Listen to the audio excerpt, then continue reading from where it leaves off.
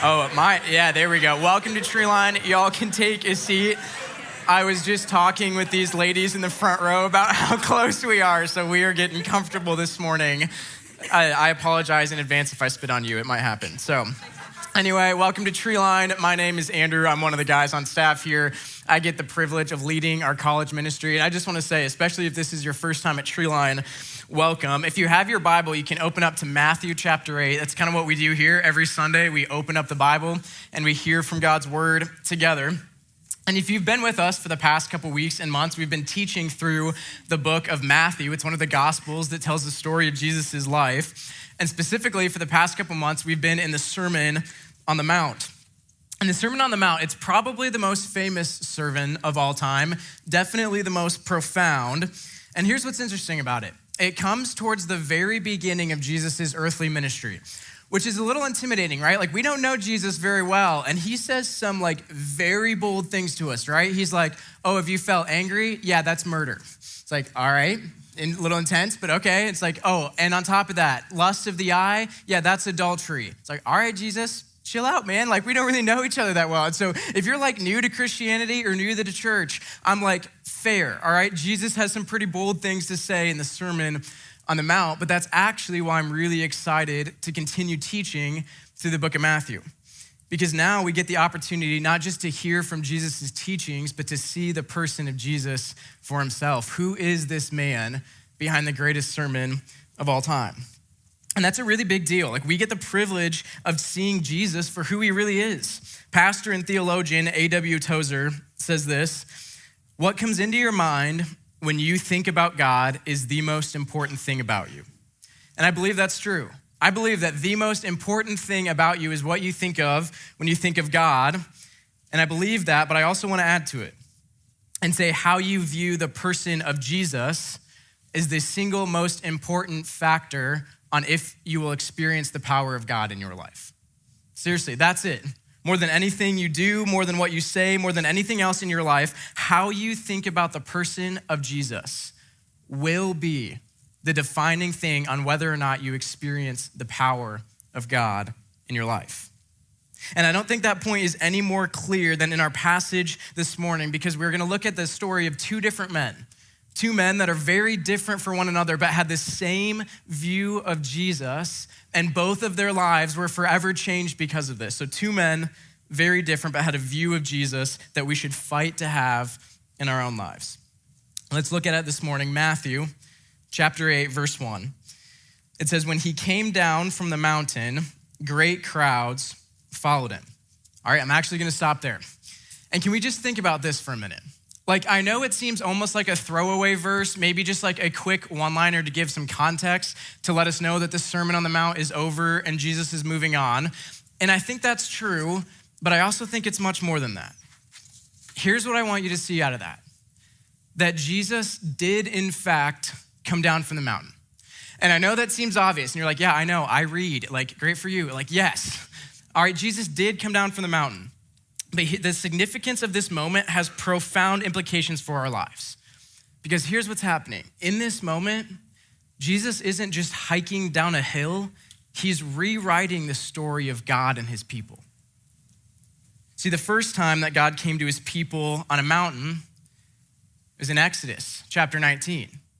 And if you know anything about the Old Testament, in Exodus chapter 19 on Mount Sinai, that's where the presence of God came to earth. And the earth, it could barely handle it. There was smoke and fire, thunder, lightning. There was an earthquake. In fact, the mountain itself was threatening to break apart because her maker had come. And the earth was trembling beneath her. And so there the nation of Israel stood, kind of afar from the mountain that they could not ascend. And the grandeur and the glory of God, it was sitting on top of an unapproachable mountain. And afterwards, they were left with the law.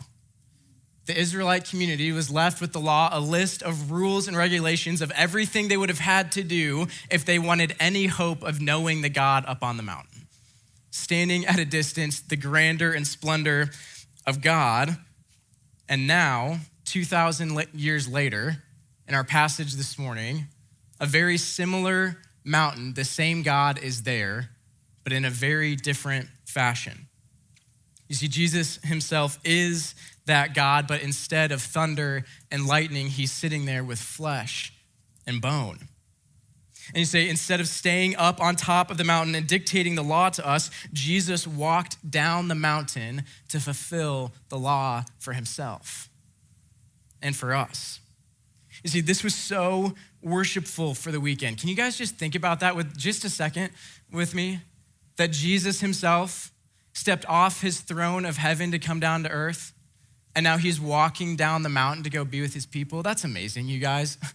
I was so in love with Jesus as I was just like watching him. And I don't know if there was anybody that was there that like knew exactly the symbolism that was going on. Jesus did, I don't know. But can you imagine if you would have understood the symbolism that was? Like, man, this Jesus walking down the mountain is my God coming for me. Man, what a moment, you guys. So significant. All right, back to the story, though. What happens? He comes down from the mountain. Great crowds followed him. Verse 2, and behold, a leper came to him and knelt before him, saying, Lord, if you will, you can make me clean. So here comes this leper, and this guy, he kind of becomes now the focal point of this story, and the Bible calls him a leper. Now, that could have meant a number of things, but it at least meant this, that this man was suffering from some sort of very pervasive, very blatant skin disease. In fact, more than likely, he would have had wounds or sores or scars or some type of disfigured skin tissue all over his body, and everybody who saw him saw it. This wasn't just his sickness, it was his identity. And more than just the physical suffering that this disease inflicted on his life, the social and religious consequences for contracting such a disease like this would have outweighed even the physical pain. You see, without the same medical care available back then, he would have been forced to live outside of normal society. He was not allowed inside the city, probably had to live in some makeshift village, maybe some tents or something for other people like him. He was a social outcast. He couldn't worship at the temple, he couldn't shop at the markets or work any sort of job. He was subjected to a life of poverty and begging. And one of the more humiliating aspects of all of this was a law that required him to shout, unclean, unclean, as he approached people in the city so that they could clear the way in case somebody accidentally bumped up against him and became defiled themselves. Can you imagine that just for a minute? Having to live your whole life saying, get away from me, I'm coming. I'm not like you, I'm dirty, I'm not like you. He spent his whole life, people going away from him, crowding to the other side of the street. Who knows how long it had been since another human had interacted with him, yet alone touched him. And to top it all off, the widespread belief in this society, and we have no reason to think that this isn't also what he thought about himself, the widespread belief was that if you were suffering from a physical disease or disability, the reason for that suffering was because you were being punished by God. That's what they thought. Oh, look at him, he's suffering. I wonder what he did. I wonder what his parents did. Man, look how that disease covers his whole body. He must have done something awful. Can you imagine just for a minute? Living on the outskirts of society, oppressed, outcasted, every single person assuming you were the worst type of person and that's why you were suffering. That is who this man was. That's who's coming to Jesus in this moment. So that's who he was. What does he do? Look at verse 2. And he knelt down before the Lord saying, Lord, if you will, you can make me clean. Now, two really important things just happened there. Did you see them? The first is what he did, and the second is what he said. What did he do? He came to Jesus and he knelt before him. And that's important because he was outwardly displaying with his body the internal posture of his heart towards Jesus. You see, your English Bible, it probably translates this word as knelt or bowed before him, and it's not wrong. It's just that the English word misses the full scope of what was actually going on here. You see, the Greek word, it literally is proskuneo, and it means to worship, to give reverence to, or to bow in subjection. You see, this man was kneeling before Jesus because he was worshiping Jesus. He wasn't just throwing himself at his feet as a beggar. He was bowing down to worship Jesus. And it was in this moment, on the ground in public and at the feet of Jesus, that he saw Jesus more clearly than anybody else that day. It was actually when he was at the feet of Jesus that he could see who he was more clearly. And this man, he wasn't just on the ground because he was desperate or begging. This man was on the ground because he knew who Jesus was. The God of Mount Sinai, now in the flesh.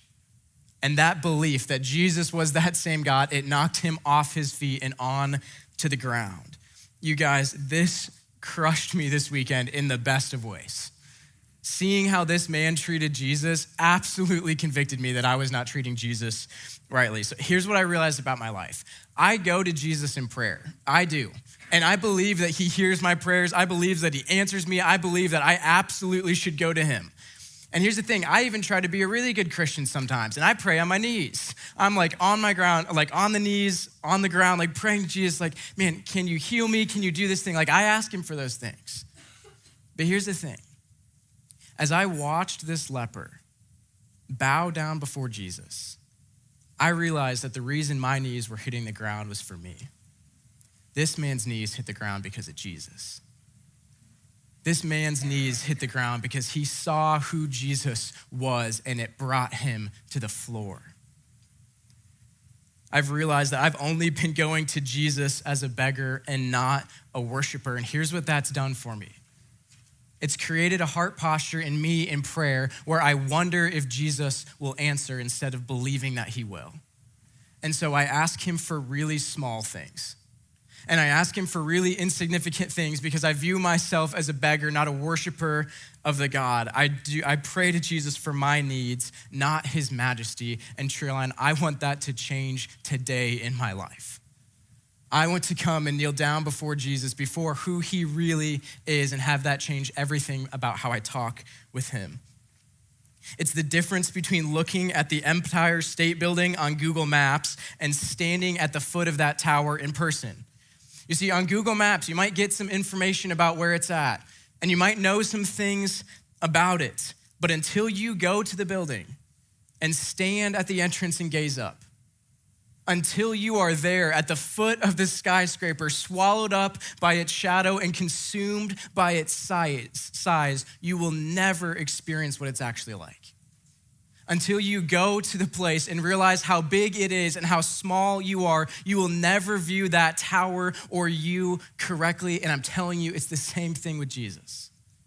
Unless you go to Jesus' feet, and I mean actually go there and experience him and who he is, you will never view him or yourself rightly.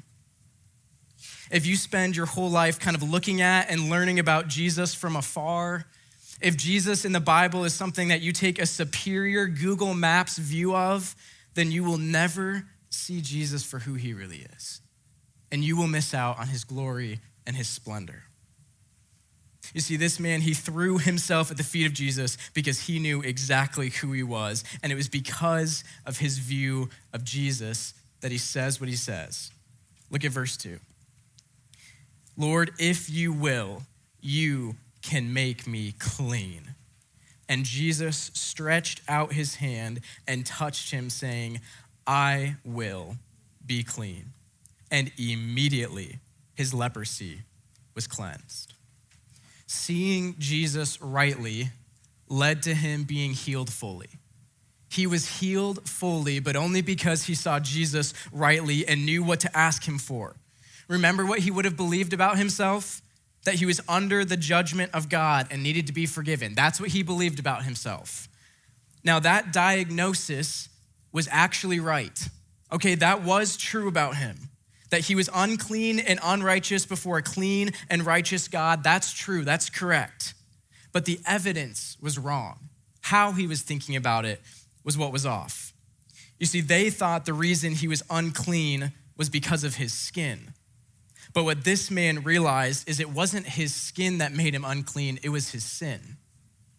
You see, it wasn't his unique condition, it was his human condition.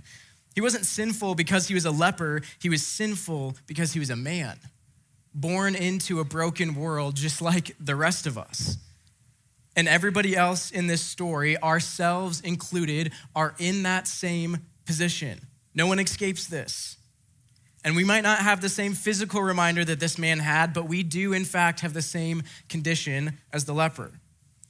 Because his greatest need in that moment was not simply a spiritual one or a physical one, it was a spiritual one. And his bodily pain actually did him a favor of making him aware of that, which makes what he actually says to Jesus a really big deal. Look at exactly what he said. He said, "You can make me clean." He didn't simply ask for healing. He didn't ask for his pain to be taken away. He wanted to be clean in every sense of the word. You see, he wanted his life restored, his place in society reinstated, and most of all, he wanted to be declared right with God. He didn't want any more judgment on his life. In fact, that's why in verse 4, Jesus tells him, hey, go to the priest and have this checked out so you can actually be clean, so he would be allowed in the temple so he could worship again.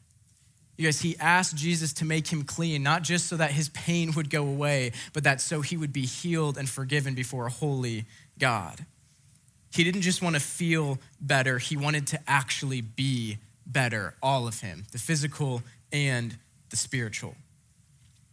And Jesus would take care of both in his life, because Jesus alone has the power and authority over both the physical and the spiritual suffering that this man was going through. Let me ask you this. What do you ask Jesus for in your life? What do you ask Jesus for? What do you expect when you come to the Lord in prayer? If you have a small view of Jesus in which he can occasionally help you but never transform you completely, then you will miss out on asking him the thing he's trying to offer you. I'm telling you, if you have a small view of Jesus, ones where you guys are kind of like equal with one another, or maybe one where he kind of like stands next to you as your encourager, if that's your view of Jesus, then you will never put yourself in a place to actually be healed and transformed by him. If you hold Jesus at a distance, at an arm's length away, and say in your heart, I will decide when I want you, you will rob yourself of the opportunity for Jesus to be everything to you. Here's the thing, Jesus isn't interested in making your life just a little bit better. He wants all of you. He wants to transform you in ways that you didn't even think were possible. He wants to heal you from past trauma, from past sin, from things you never thought you would move on from. Jesus is offering healing and forgiveness for all of that.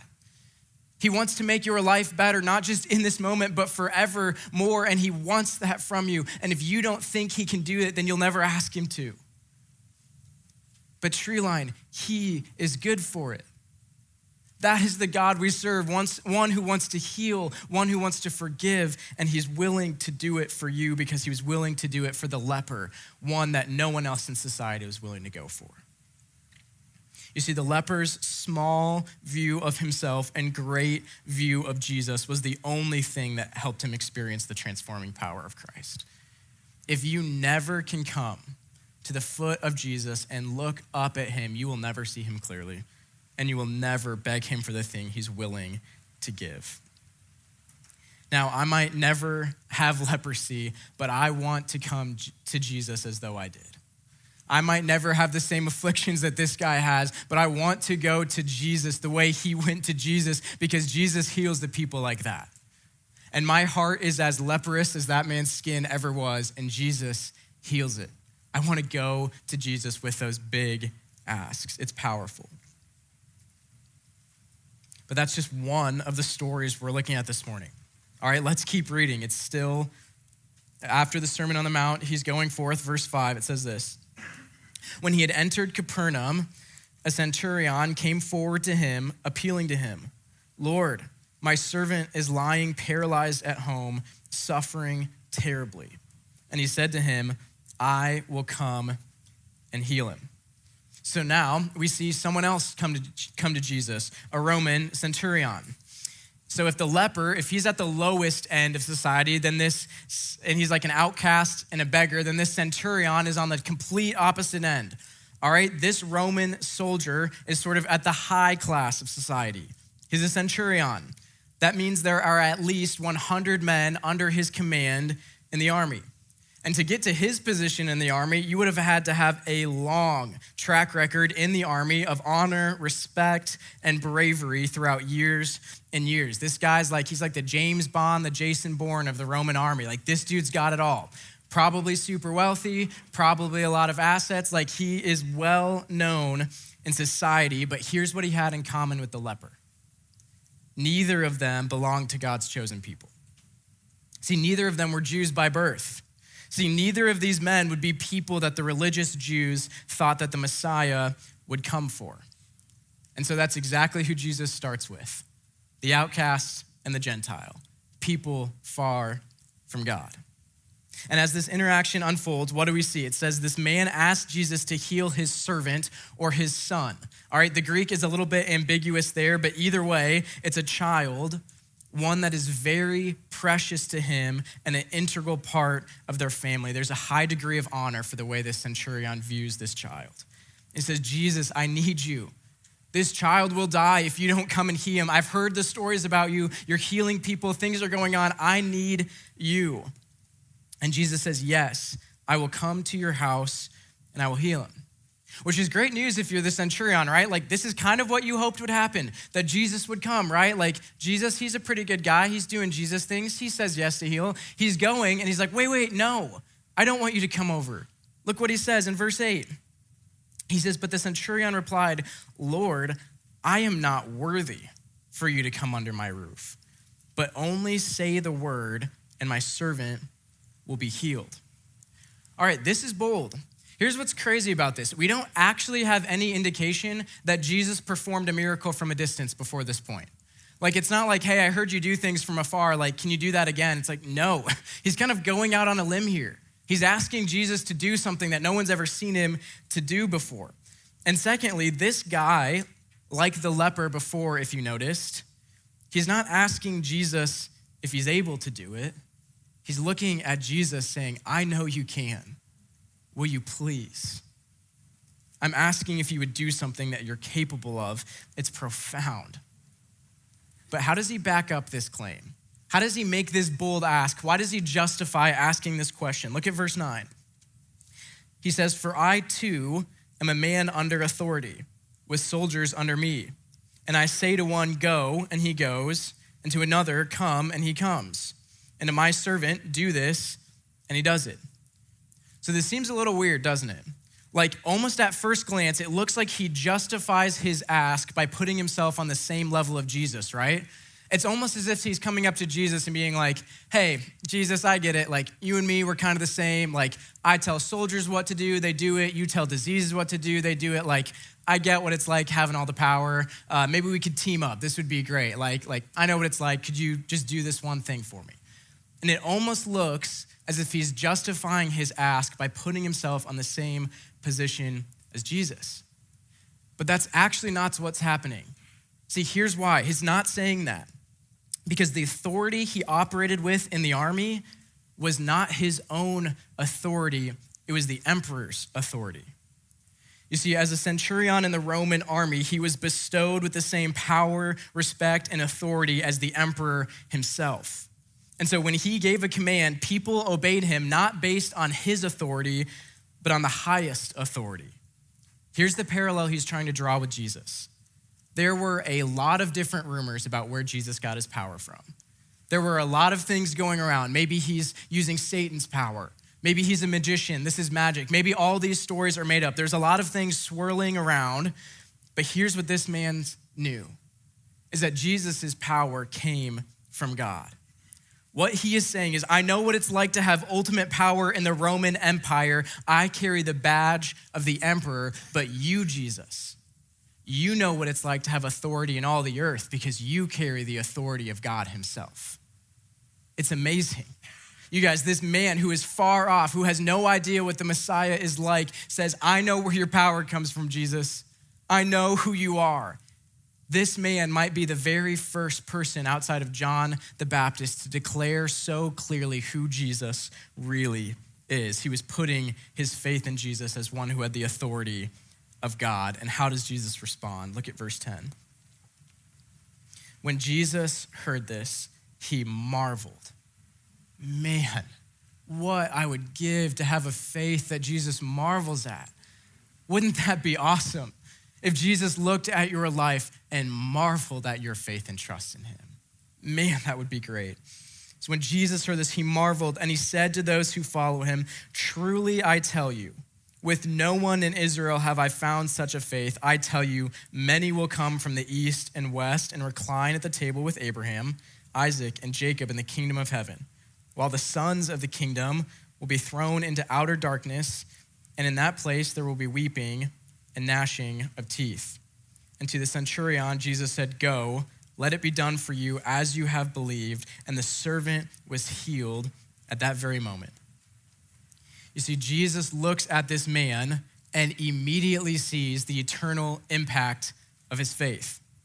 Jesus knows that our faith and beliefs in this life absolutely have implications for the next. And when he looks at this man, when he looks at his faith, and when he looks at what he actually thinks about Jesus, he sees him feasting in the throne room of heaven with the fathers of our place. It's a seat of honor in the kingdom of God, a seat of honor reserved for somebody that has the type of faith that this centurion has. But what about the sons of the kingdom? Did you catch what happened to them? The sons that were thrown off into the outer darkness, what happened to them? Those people are simply just the people who think they deserve to be there. Those are the people who think because of their ethnicity or community or tribe that they deserve the place of honor, and there's no room for that type of thinking in the kingdom of heaven.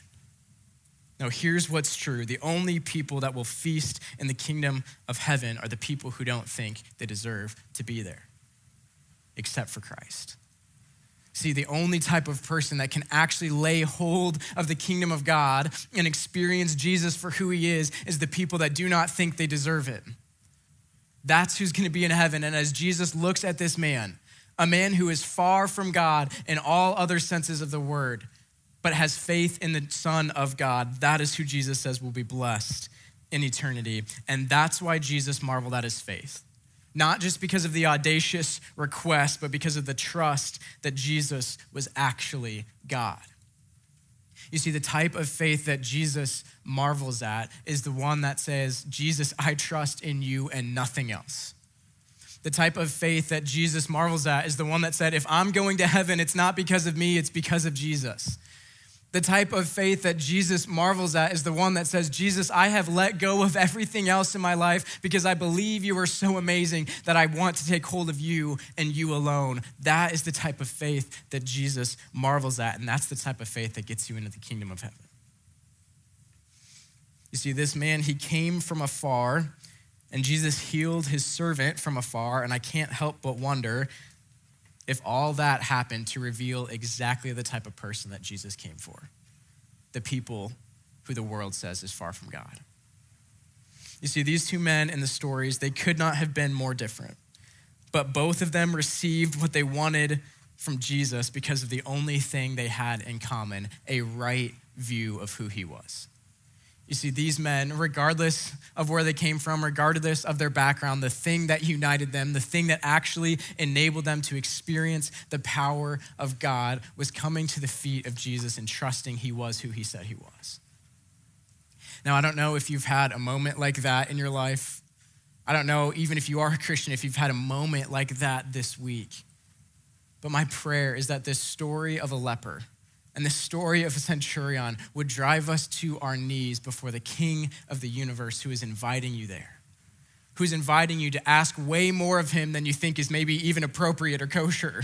He's asking you and inviting you to test the limits of his strength and power. And if you have a small view of what Jesus is, you will never ask him for the things he's eager to give you as the King of the world. He's trying to offer you total healing, forgiveness, and transformation, but that's only available to people who think he can do it and are willing to ask. Will you pray with me?